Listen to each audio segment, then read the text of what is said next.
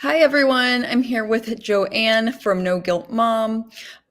You may have had a chance to watch her presentation about the rainbow method. JoAnn, thank you so much for being here today. Oh yeah, thank you for having me. I'm excited. I love chatting. Can you tell us a little bit about how you got into sort of like the mom space, and especially with things like organization and helping them, with all kinds of different things, with everything moms have going on in their lives? Sure. Yeah. So I didn't start my career in this. I actually started in the entertainment industry. I worked there for 4 years, very much in an office environment, like all the pressures of like managing your home life with your work life, and that was before kids. When I realized that I did not like the industry I was working in, and I decided to go back to school, get my master's in education, and become a teacher. And so I was a teacher for 5 years before my second child was born, my son, who's now 10 years old. And when he was born, that was when I decided to take a year off of teaching. You know, he was a July baby, and all the teachers out there know, like, if you start your class with a substitute teacher, it is so hard to get the control back. And it's so hard to like set the rules and routines. And I was a fifth grade teacher, and the fourth grade class coming up was scary. Like, they definitely needed stability in there right from the get go. And me coming in with a 3 month old newborn, I'm like, no, that's not going to work. So it was a year off. And during that year, I started blogging online. I started writing. I started realizing how much pressure there is when you are a stay at home mom. And you also, like, my daughter just started kindergarten that same year. Mhm. I knew very much the other environment as well. And so I started writing and helping moms that way. And 10 years later now, it has become No Guilt Mom. And we help moms deal with all the overwhelm that comes from all the expectations that are put on you, both by your family and by your career, managing all that and making sure that you don't fall into being a martyr in your own house, that you're not giving up your own opportunities or your own dreams for the sake of everything you need to do for your family. And that comes to delegating, that comes to setting boundaries, having hard conversations. We teach our moms how to have those hard conversations, and the organization and managing your time. And that really goes into the rainbow planning method that I taught today. Awesome.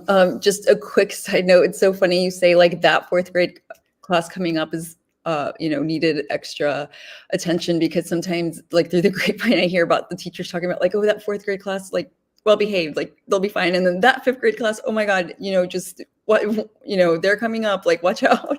Oh yeah, they have their own like chemistries, and like just the personalities in there will like feed off of each other and make it very, very uh difficult to rein in as a teacher.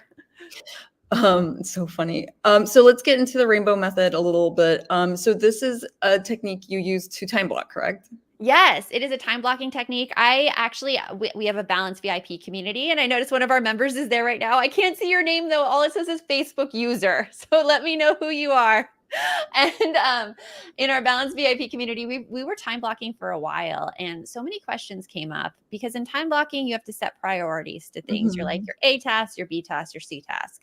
And the biggest question was, how do you differentiate between your A and your B? Because it could be like everything's a priority and everything's important, or everything could be put kind of like in that have to do it, but it's not a priority. So there was a lot of struggle there. And because of that struggle, the A tasks really weren't getting done. They weren't a priority on the schedule because we didn't have a clear beans into how to make them a priority. Mhm. Plus, like I have ADHD. So many of our balance members either have kids with ADHD or they have ADHD themselves.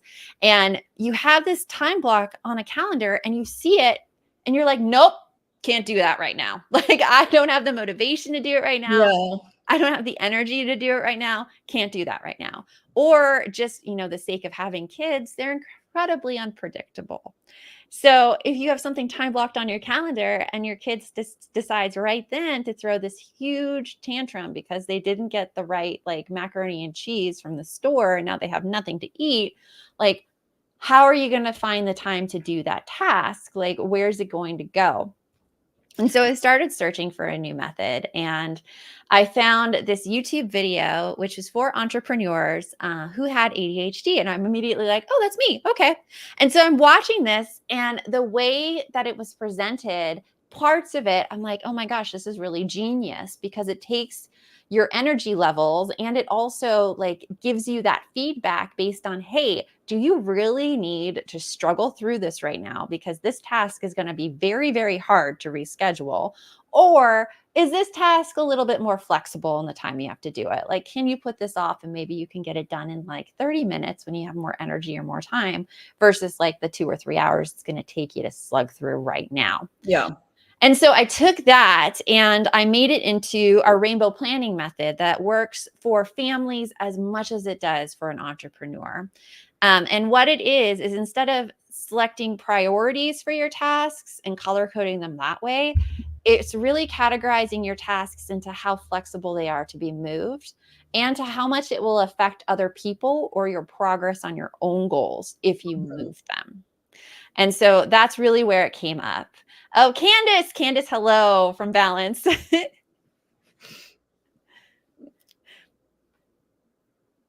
Um, that's where rainbow planning came from. okay. So one of the Candaces is asking if there's a digital planner for your personal things you use or you have a suggestion for. Yeah, I use Google Calendar because it's absolutely free. Everybody has access to it. And it's very easy to color code your calendars and really like just when you're time blocking, and I suggest doing this method, doing a brain dump every single Friday. We do it in our community, and prioritizing your tasks for the next week. Because in Google Calendar, you can just like say, okay, this task, oh, there's the calendar. It is. It's already color coded. Goes right in your calendar. Plus, my whole family uses Google Calendar. So we have a family calendar as well, where all of the kids stuff goes, all my husband's like stuff where he's going to be away on the weekends, or if I'm going to be away on the weekends, like he does D&D game nights with his friends. So when he plans one of those, he puts them in the family calendar. So I see it's coming up. If I plan something with my friends, I put in the family calendar. So he sees it's coming up.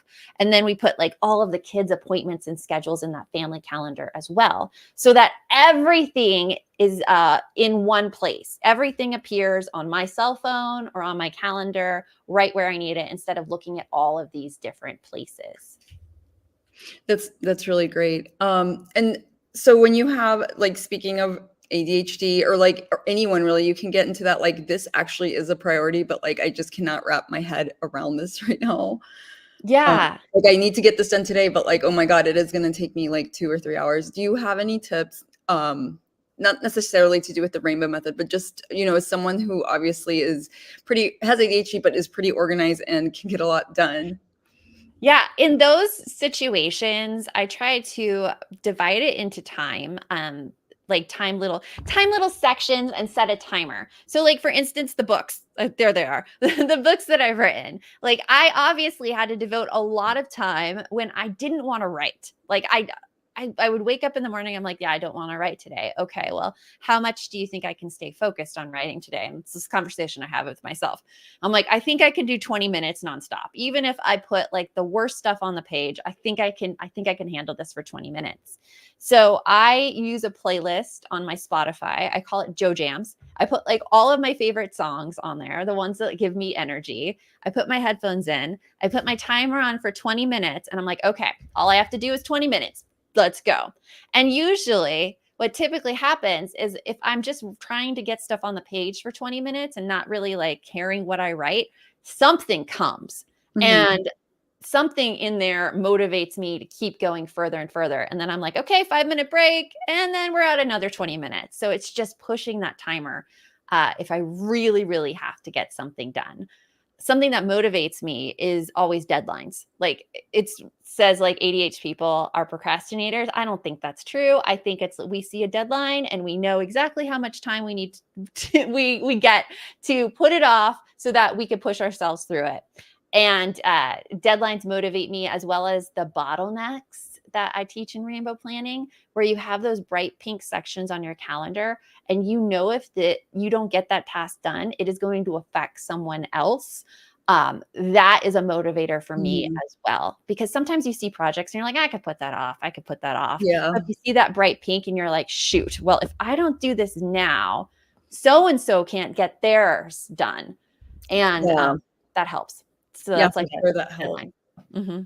Yeah, I find, similar, like, using timers really helps because a lot of times if I'm like, "I don't wanna do this, but just for 10 minutes, just do it for 10 minutes and see what happens," and sometimes it's just even starting that task, like, once you're in it 10 minutes, you're like, "Well, I might as well keep going at this point." Yeah, like, because you're motivated at that point. Because Yeah, really, usually, our thinking about the task and how much work it'll take is actually like we make it such a bigger thing in our minds than it actually is to do. yeah.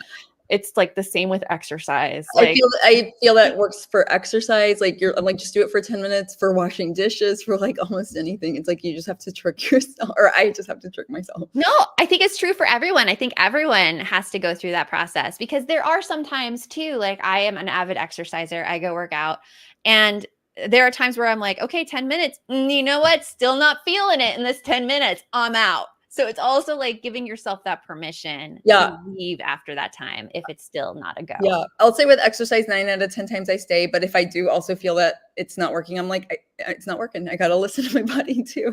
Exactly. Exactly. Um, so someone's wondering if you would be willing to share the playlist, your JoJo.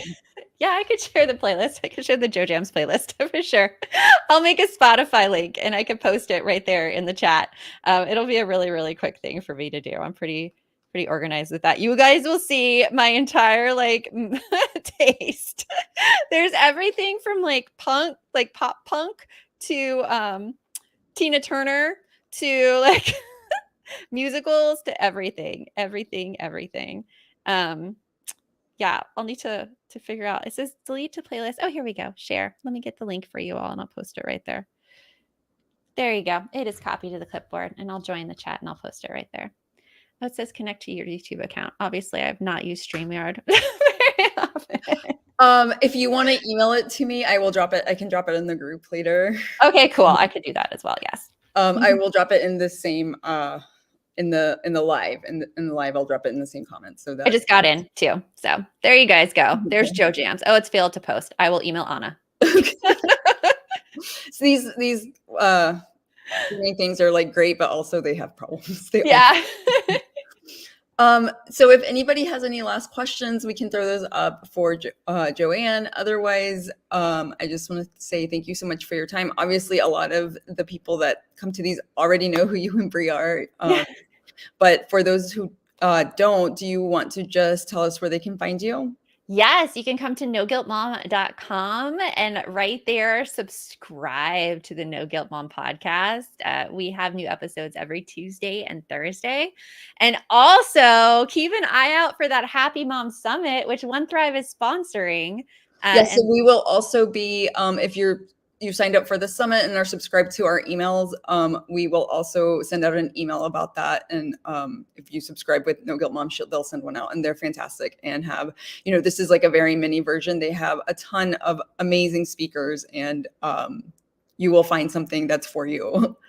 it's a good time. It's a good time. And we love One Thrive. And my One Thrive board is like our go-to family space. Like it is what keeps me from like having to answer the question, Mom, what's for dinner? It's what helps me keep my kids accountable for the meals they decide to make during the week. Like my son will see his name. He's like, Mom, can I please not do it? But like we get to have conversations because How of old are that. your kids? 10 years old is my son and my daughter's 15. Okay. Can't wait Yeah. to have them cooking. Yeah, and they're the ones who actually do the calendar. So like at the beginning, like today's February 1st, I bet one of them is going to take down the One Thrive calendar today and erase the January and do the February. That's amazing. Mhm. We're almost there. My oldest is 10 and she's starting to like do our week, and she has her own calendar. Yeah, it's like it's such a good way to keep kids involved and also a way to show like, hey, this isn't something we just do for fun. Like this actually helps us like manage the whole family schedule and everything a lot easier. Well, thank you so much for your time today, JoAnn. We really appreciate it. And JoAnn does have a freebie, which I will send the link to. It will be on our summit website, and also we're going to drop links to all the freebies in the group. Is it about the rainbow method? It is. It is the time blocking sheet that we use in our balance community, and it's going to help you brain dump and then categorize all of your stuff that you brain dumped into those rainbow categories. All right. Well, thank you so much. And thank you guys so much for tuning in. Thank you guys. Thanks for having me.